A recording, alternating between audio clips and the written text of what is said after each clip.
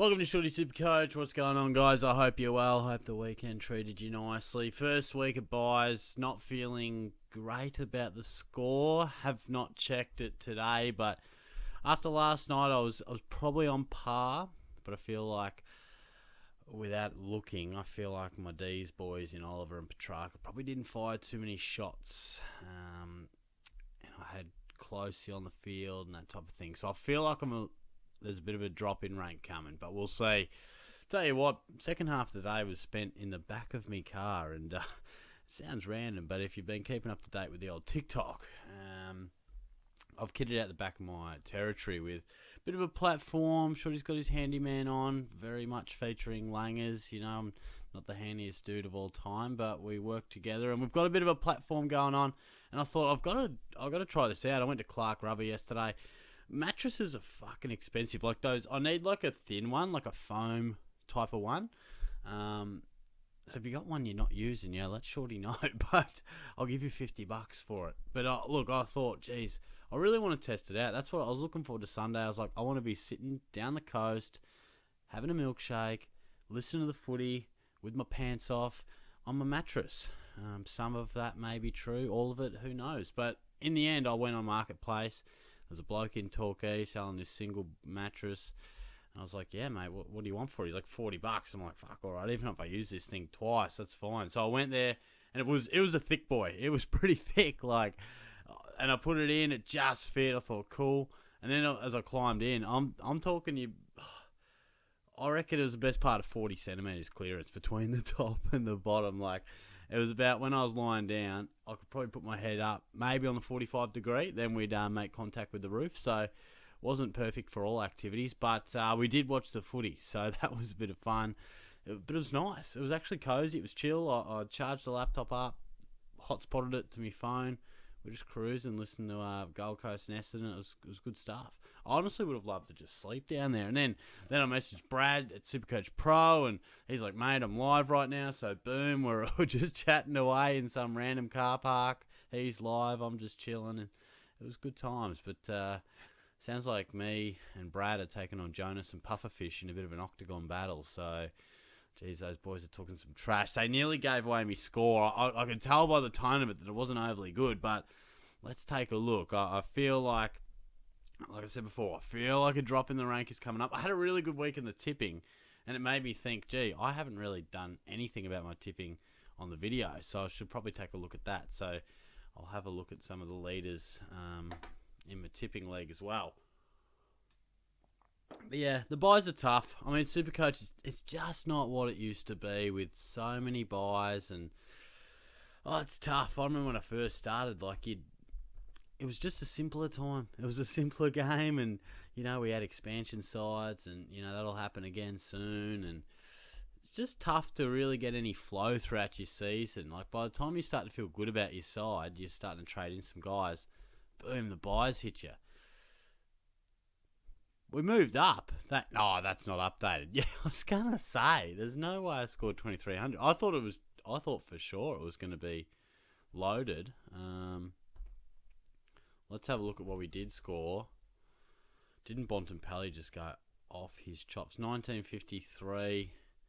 Won half the leagues, which is normally a good indicator that maybe we're a bit off it. 20-point loss to Will. That hurts.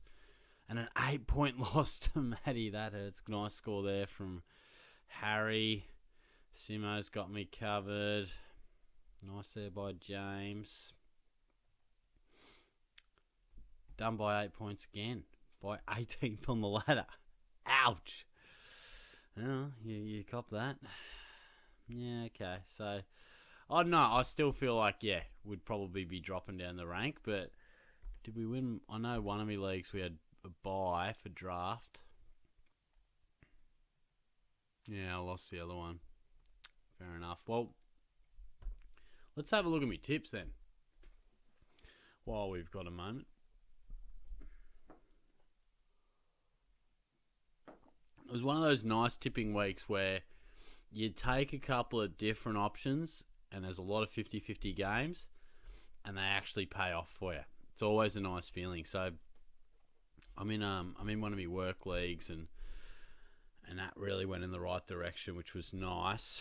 So I think I tipped 5 this week, actually, but we'll take a look at our Shorty SuperCoach League. And on top is ESPN Fan. Now, is that like legit? I mean, is that some sort of admin for this site? But it's pretty tight up there. I'm in a couple of leagues and the leader's on like 76, but this is all pretty tight. You got Tiger, Jason, Studi's up there, Emmett, Jackson, Grave Danger, J Money, Chris behind, and then myself in 10th. So it was a nice week moving on up there. So I'll give it a bit of a scroll through to the top sort of 50 or 60, and hopefully you can see your name there. There's the top 50. So I guess while we're here, let's do the tips. Now I like to do the tips without. I sometimes feel like I get a little swayed by the percentage and what everyone else is picking. So I actually don't tip on the app initially. I like to just actually look at the games and make a decision. I don't know. Do you get swayed by it? It's like when you go on a sports bet and it says $1.08 and you're kind of like, oh, they'll definitely get 20. You know, I don't know. You sometimes get a little bit swayed by the odds or the percentage. Look, I'll be tipping the Crows Thursday night. Not exactly a blockbuster on your Thursday. That's a tough game. You got to go with the Dogs, but wouldn't shock me if Brisbane won. That's also a tough one. I know the Hawks are in good form, but I think I'll go the Giants. At this stage I'll go the Giants. West Coast, you got to back them in, particularly at home. That's a tough one. St Kilda were back on the winners list last week. I managed to switch my tip late, and that was a good call, but I'm leaning towards the Suns. The Swans will smack us. They'll give us a lesson. Interesting game here. I'm feeling like the Bombers. An interesting game here. I mean, the D's, surely. They have to respond after what was a disgrace. Pies have a few out too. So there's actually a really big opportunity to make a fair bit of traction this week too. I'm going to go the Crows by about 28. I might change that later. Dogs. Okay, I thought early days, but I thought more. I reckon that 25% will go up for the Hawks. Got to go West Coast. Yeah, tight game. Yeah, okay, I thought maybe a few more might have gone the Dons. And I'm surprised by that. See, I feel like I'm open to changing. We'll see what happens, but there are a couple of really tough games. Also, I want to do a goal kicking thing on like a subscriber kick on the Monday, but Langers is busy, and I'm pretty sure Brad's busy. I don't really know.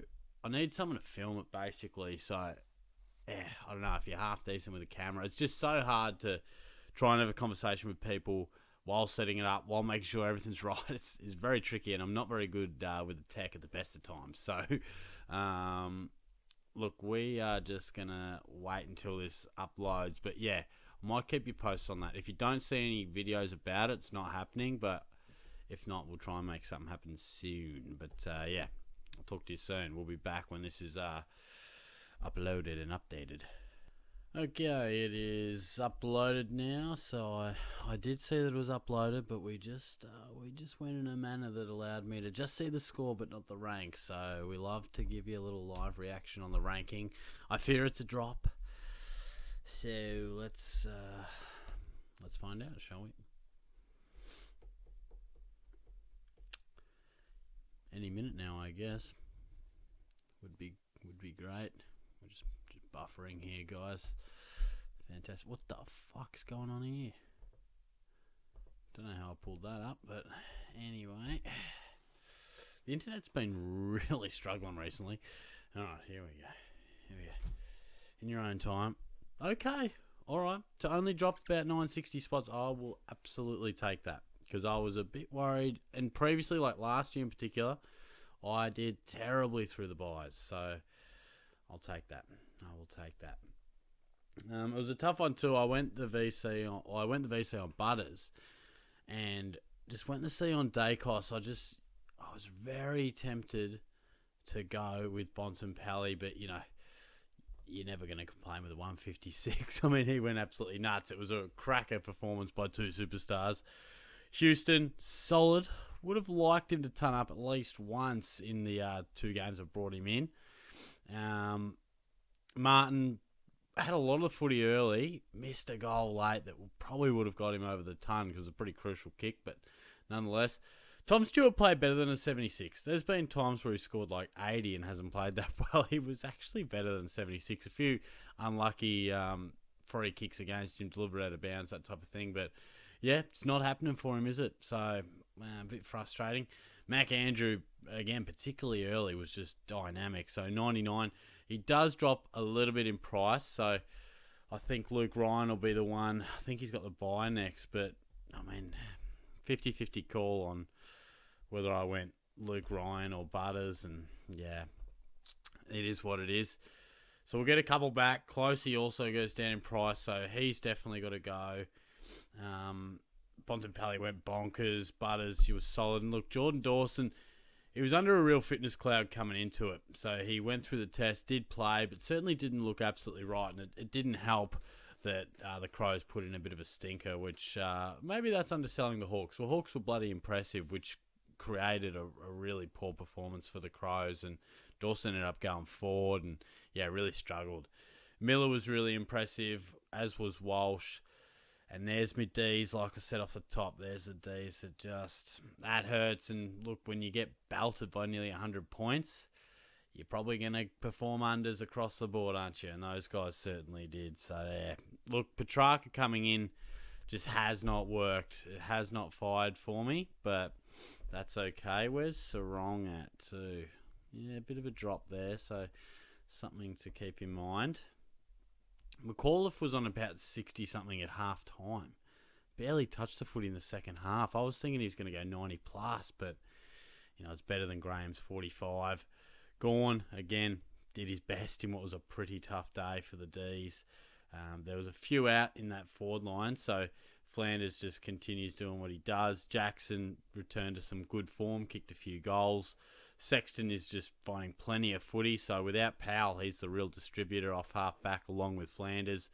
Darcy, he was on some serious minus territory for much of the first quarter, maybe all of it. I wasn't watching the scores live, but to score 81 was good, but he'll definitely miss some footy. I think he was offered 2 games, as was Harley Reid, so that'll certainly cause a bit of a shake-up to some sides and shakes the rising star right up. I don't know why you're ineligible if you get rubbed out. We've got to move on from this. Maybe back 30 years ago when if you got suspended, it was probably a bad act, but these days, we just don't need to be ruling people out of Brownlows and that type of thing. Unless it's, maybe you can have a little asterisk if you strike someone, or if it's a striking charge for 2+ matches, you get ineligible. But for these like concussion things, the landscape has changed. I mean, God, don't get Shorty started on that. I did a video about this 6 years ago, I think. But anyway, we're getting off on a tangent. And Fraser was solid. So, look, I haven't really thought much at all about the trades. What will we have? We'll have Houston, but Sheasel back. We'll have Butters out, but McAuliffe probably comes in for him. Grundy comes back, and Zorko will slot on for Jackson. So this week certainly isn't the week to worry about having any donuts. We've got to prepare ourselves for the next couple. But look, Closey's break-even's probably pretty high. It's still 70, so it's not like an absolute disaster. I feel like Andrew can hang around. But Darcy, he's got to go. So I'm not really sure. We're really slow and really light on for rookies. So I'd love to start upgrading. But, yeah, I'm going to have to have a bit of a think. But, anyway, that can be a conversation throughout the week. So this week I'm thinking I'll go back to my normal routine of live on a Wednesday. But, yeah, stay tuned for... Yeah, I'm pretty sure it'll be Wednesday. But yeah, certainly I might put a story up on TikTok or something like that if it happens to change. But yeah, thanks for tuning in, guys. Hope you had a good weekend. I'll talk to you soon. Cheers.